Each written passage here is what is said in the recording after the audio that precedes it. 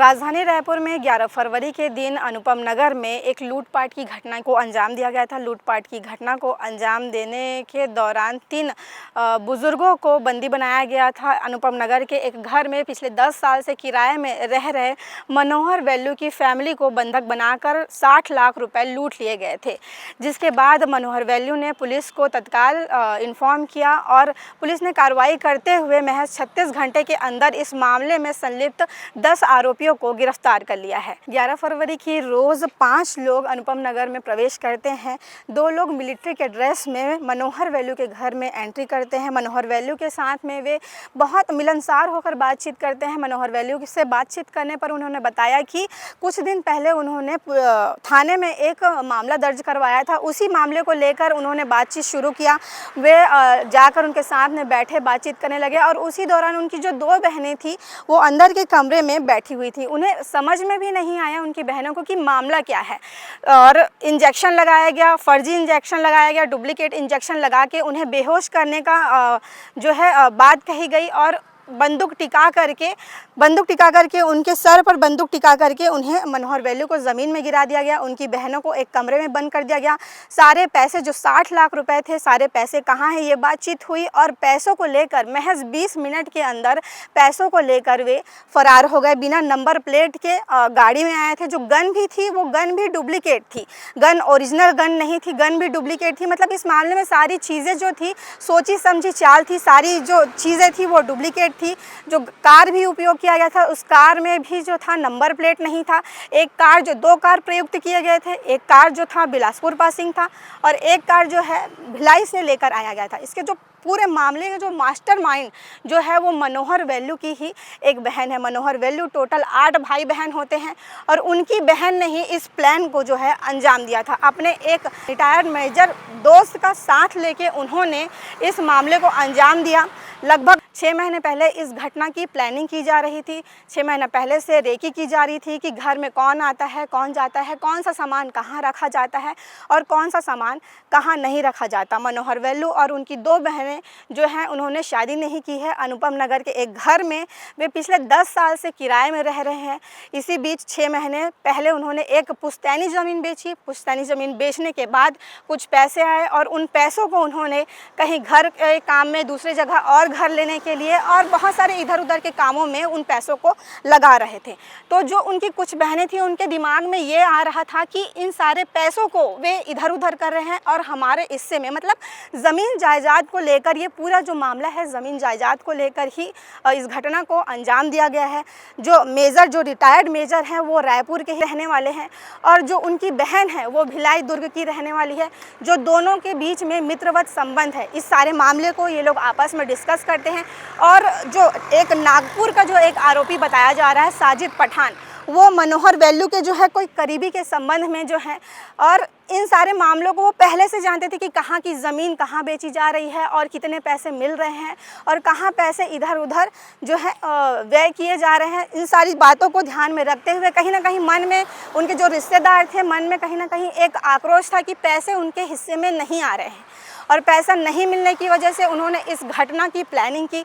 घटना की प्लानिंग करने के बाद जो है 2 लोग जो है अनुपम नगर में 11 फरवरी के रोज़ अंदर घुसते हैं, बाकी के लोग गाड़ी में ही रहते हैं। फिर 2 लोग और जाते हैं अंदर और इस घटना को अंजाम देते हैं। मनोहर वेल्लू जी काफ़ी ज़्यादा परेशान और डरे हुए थे। उनसे बातचीत करने पर हमें पता चला कि उनकी बहनों के साथ भी निर्ममता की गई। एक महिला भी अंदर घुसी हुई थी, उस महिला ने चेहरे में नकाब बांध रखा था। फिर 20 मिनट के अंदर पाँचों के पाँचों इस घटना को अंजाम देने के बाद ये सारे के सारे लोग रिड्स कार से निकलते हैं और फरार होने की प्लानिंग बनाते हैं और बीच रास्ते में ही सुनसान इलाका देखकर पैसे को आपस में बांटने की भी बात सामने आई।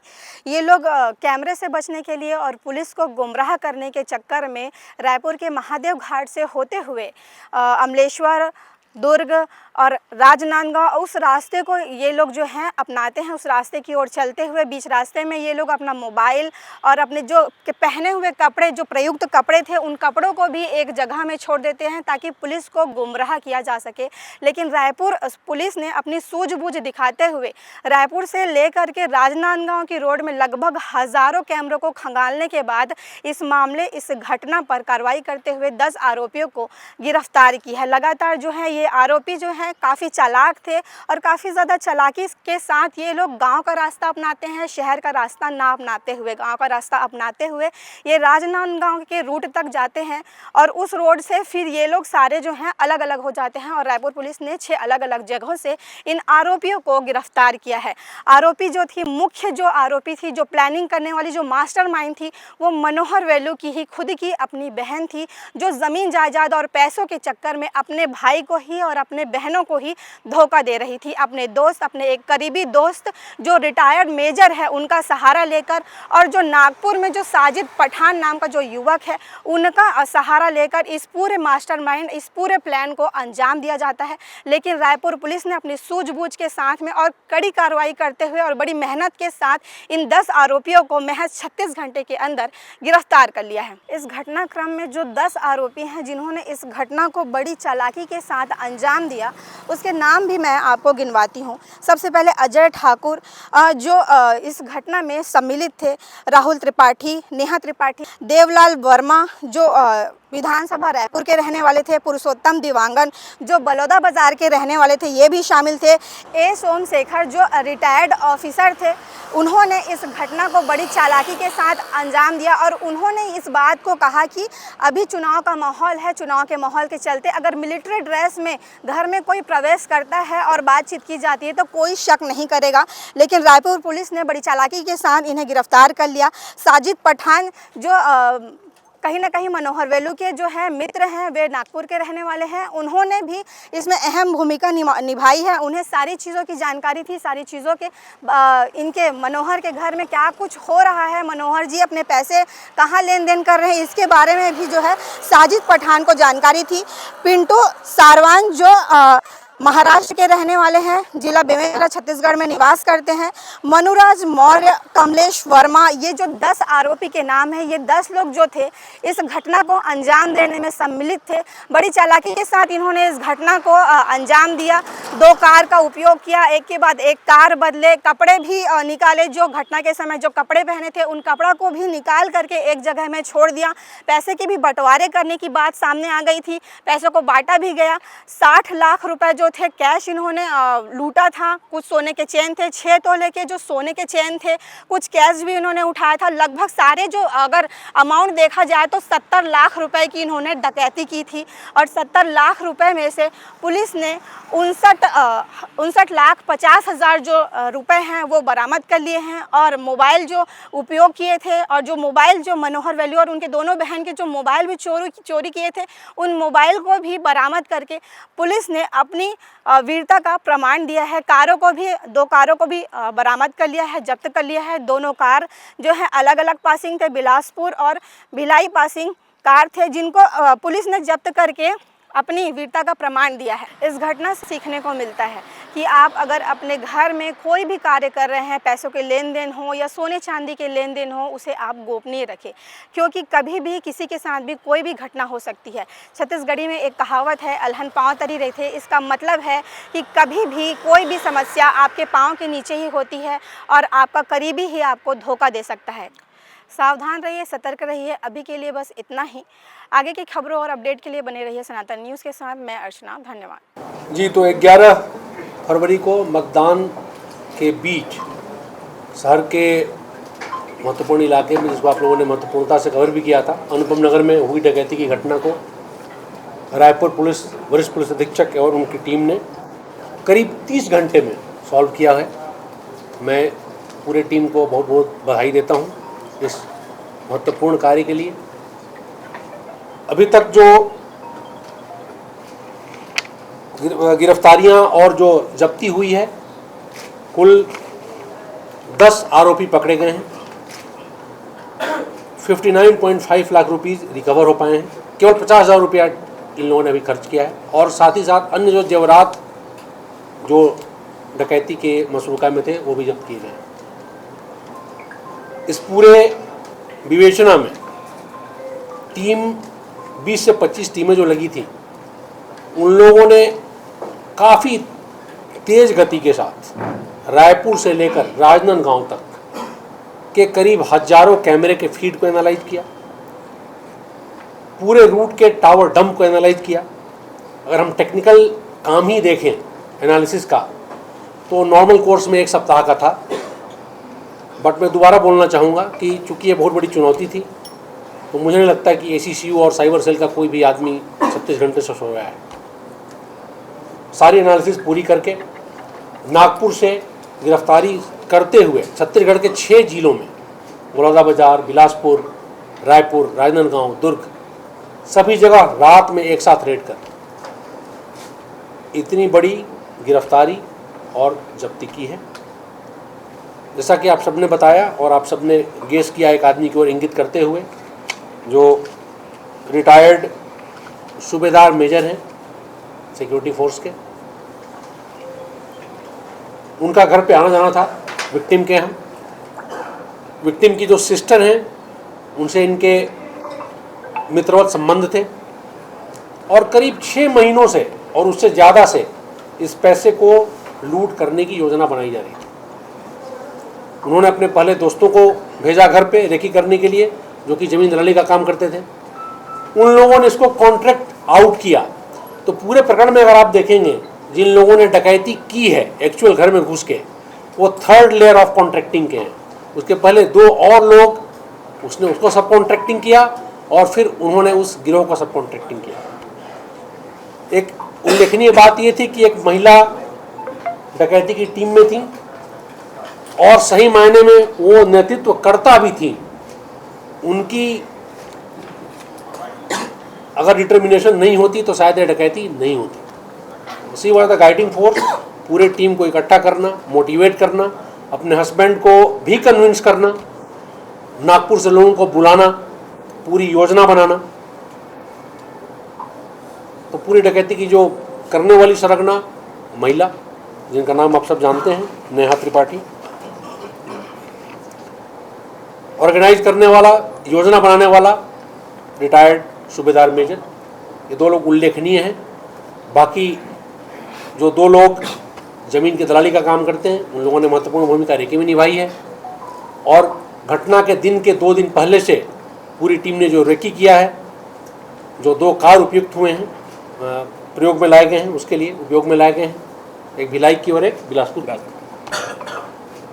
तो ये कुल कैरेक्टर्स हैं इस डकैती कांड के। अभी कोई गिरफ्तारी बची नहीं है। मसरूका भी करीब करीब सारा जब्त हो गया है। टीम विवेचना में लगी हुई है। सर हथियार कहाँ से लाए थे और सर ये हथियार कहाँ से लाए थे और क्या परिवार में कुछ लड़ाई झगड़ा चल रहा था? फिर वजह क्या है, क्यों कराना पड़ा है? डकैती की पहले बात, हथियार तो खिलौना था, नंबर 1। नंबर 2, इसमें चूंकि एक आदमी सिक्योरिटी फोर्स बैकग्राउंड का है, इसने उसने आइडिया दिया कि अच्छा होगा कि आर्मी, कॉम्बैट, CRPF कॉम्बैट, जो भी आप बोले, जो फोर्सेस की जो फटीक ड्रेस होती है उसको पहन के आए। ये सब, इनमें से कुछ लोग भिलाई के रहने वाले हैं। भिलाई में जाहिर सी बात है अच्छी संख्या में सेंट्रल पैरामिलिट्री फोर्सेस के लोग रहते हैं। दुकानों पे वो कपड़ा अवेलेबल हो जाता है, उसका इस्तेमाल करके उन लोगों ने कपड़ा सिलाया। मुख्य वजह मैं ये बताना चाहूँगा कि पारिवारिक कलह ऐसा कुछ नहीं था पैसे को लेकर। हाँ, ये ज़रूर था जो विक्टिम है वो कस्टोडियन थे, फैमिली के गार्डियन थे।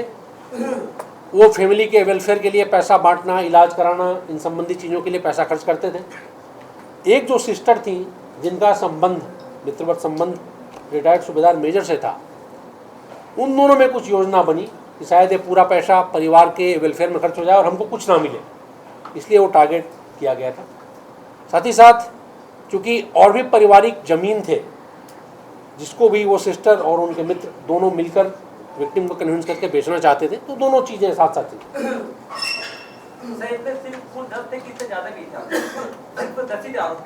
हाँ, कुल 10 ही आरोपी हैं। घटना के वक्त जो तीन लोग भी है क्या? सॉरी, घटना के वक्त 3 लोग थे जिसमें 2 महिलाएं थी, उसमें से एक आरोपी है क्या? घटना के घर के अंदर घुसने वाले 5, वो 5 योजना बनाने से लेकर रेकी कराने तक सब कॉन्ट्रैक्टिंग करने वाले लोग जिनको कट मिला इसका, वो 5 थे। काफ़ी चतुराई से घटना को अंजाम दिया गया। जो भी एंटी डिटेक्शन मेजर्स होते हैं, गांव के रूट्स को लेना, किसी भी मेन रोड से ना आना, सारे मोबाइल को एक जगह इकट्ठा करके एक आदमी को शहर के बाहर छोड़ना, ताकि पुलिस मिसलीड हो। लोकेशन एनालिसिस में वहीं पे रुका। एक और चीज़ मैं बताना चाहूँगा, हम दोनों बात कर रहे थे कि शहर के 2 नागरिकों ने महत्वपूर्ण भूमिका निभाई है लीड देने में। उन्होंने अपना नाम गोपनीय रखने हमें निवेदन किया है। अदरवाइज़ हम चाहते हैं कि उनका नाम हम लेते हैं यहाँ और उनको सम्मान भी करते हैं पब्लिकली, बट चूँकि उन लोगों ने खुद ही रिक्वेस्ट किया है कि हमारा नाम पब्लिक न किया जाए। ऐसे नागरिक जो सड़क पे नज़र रखें, पुलिस को सूचना देने की,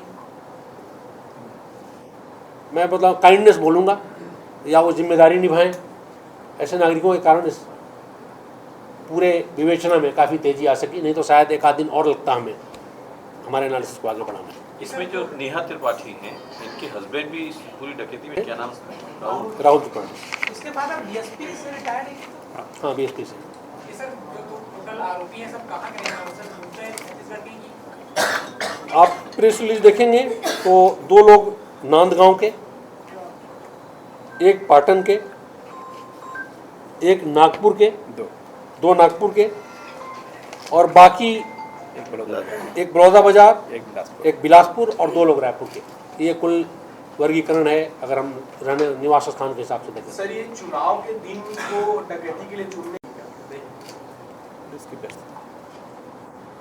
ऐसा इन्होंने स्पष्ट नहीं बताया है, लेकिन मुझे लगता है कि पूछताछ में शायद ये आए कि चूंकि उस दिन फोर्सेस काफ़ी ज़्यादा में रहती हैं संख्या में, शहर में सब जगह घूम रही है, इसलिए इनको परहैप्स ऐसा अंदाज़ा था कि अगर ये कॉम्बैट ड्रेस में आते हैं तो शायद डिटेक्ट ना हो पाए इनका मूव। सर ये जैसे वारदात को अंजाम देकर के अलग अलग डिस्ट्रिक्ट में पहुंच चुके थे सर सभी लोग, क्या इनके बीच पैसों का बंटवारा भी हो चुका था सर आपस में? और जो ये लोग हायर किए थे तो कुछ पैसों का बंटवारा करीब करीब पूरा हो चुका था। मेजर प्लेयर्स जो थे 13 लाख 14 लाख रुपया रख चुके थे। जो सब कॉन्ट्रैक्टिंग करने वाले लोग हैं उनको उन लोगों ने झूठ बोला था कि उतना पैसा बरामद नहीं हुआ, तो उनको 1 लाख 1.5 लाख रुपया ऐसा कुछ बांटा। सर ये जब ये पैसा बढ़ गया तो इनके भागने की कहाँ तैयारी थी? क्या ये नेपाल की तरफ जाने वाले थे, बाहर की तरफ, या फिर यहीं इंटर स्टेट? पूछताछ जारी है। ऐसे इसमें से एक आध ऐसे लोग हैं जिनका पुराना आपराधिक रिकॉर्ड भी रहा है। जैसे एक मैं आरोपी की बात करूँ शाहिद पठान की, तो अमानत में खयानत के अनेकों मामले उनके ऊपर दर्ज हैं। ठीक है, नागपुर। सर इसका मोटिव क्या था? कोई किसी से प्रभावित था? इतना वेल प्लान बनाया क्या पहले से जो मेन एक्यूज्ड है? इनमें से अगर आप देखेंगे तो एक एक्स सिक्योरिटी बैकग्राउंड का आदमी है डिफेंस फोर्सेस का, तो आइडियाज़ वहीं से आए। मेन आइडिया वहीं था कि कॉम्बैट ड्रेस में जाओ ताकि उस दिन इलेक्शन ड्यूटी है, ऐसे बहुत सारे लोग शहर में घूम रहे होंगे, हम लोग डिटेक्ट नहीं होंगे। Number 1। Number 2, anti detection measures जो इन्होंने लिया, मोबाइल एक जगह इकट्ठा करना, ये अब काफ़ी प्रचलित हो गया है।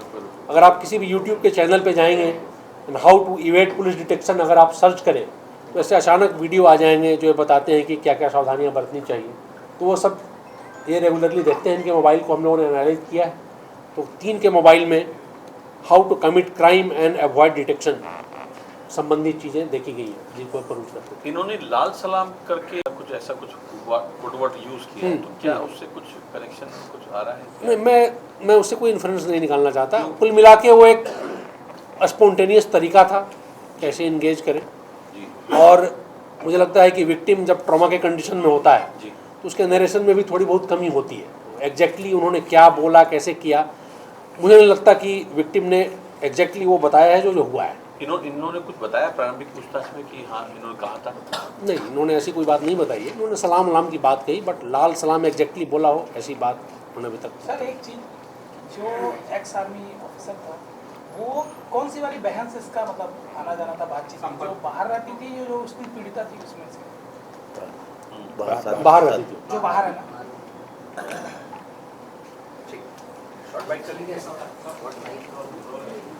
सर एक ये बड़ी डकैती का खुलासा किया है, क्या इसके पीछे कारण सामने आया? कितने लोग गिरफ्तार किए गए और क्या रिकवरी की गई? 11 तारीख को अनुपम नगर में हुए डकैती में रायपुर पुलिस को काफ़ी बड़ी सफलता मिली है। मैं वरिष्ठ पुलिस अधीक्षक और उनकी टीम को बहुत बहुत बधाइयाँ देता हूँ कि 36 घंटे के अंदर उन्होंने 10 आरोपियों और करीब करीब संपूर्ण मसरूका को जब्त करने में सफलता पाई है। डकैती का उद्देश्य पारिवारिक पैसे को लेकर जो चिंता होती है, हिस्से की, विवाद नहीं बोलूँगा, हिस्से की चिंता थी। विक्टिम के एक सिस्टर ने अपने एक रिटायर्ड सूबेदार मेजर मित्र के साथ मिलकर योजना बनाई थी और काफ़ी अनोखी योजना थी जिसमें 3 लेयर्स पे सब कॉन्ट्रैक्टिंग की गई। करने वाले जो 5 लोग थे, 2 नागपुर से, एक बिलासपुर से, नांदगांव और दुर्ग से, ये 5 लोग घर में घुसे थे। बाकी 5 लोग जो योजना के हिस्सा में थे उन्होंने रेकी करने में और उस दिन पुलिस टीम पे निगरानी रखने में, साथ ही साथ एंटी डिटेक्शन मेजर्स जो होते हैं, मोबाइल एक जगह इकट्ठा करके कहीं और मिसलीड करने के लिए बैठने में महत्वपूर्ण भूमिका निभाई थी। घटना के तुरंत बाद करीब 6-7 घंटे के अंदर पैसे का बंटवारा हो चुका था और इनमें से एक आध आरोपी भागने के फिराक में थे जब तक पुलिस को लीड मिली और इनको पकड़ा जा सका। क्या इनको रिमांड पे लेंगे या इनसे पूछताछ के लिए कि सीधे न्यायिक रिमांड पे? अभी हमारे पास टाइम है गिरफ्तारी और उसके बीच, तो आवश्यकता अनुसार वो डिसाइड किया जाएगा। तो इसमें क्या और गिरफ्तारी भी हो सकती है कि फिनिश? हमारे हिसाब से गिरफ्तारियाँ कंप्लीट हो चुकी हैं।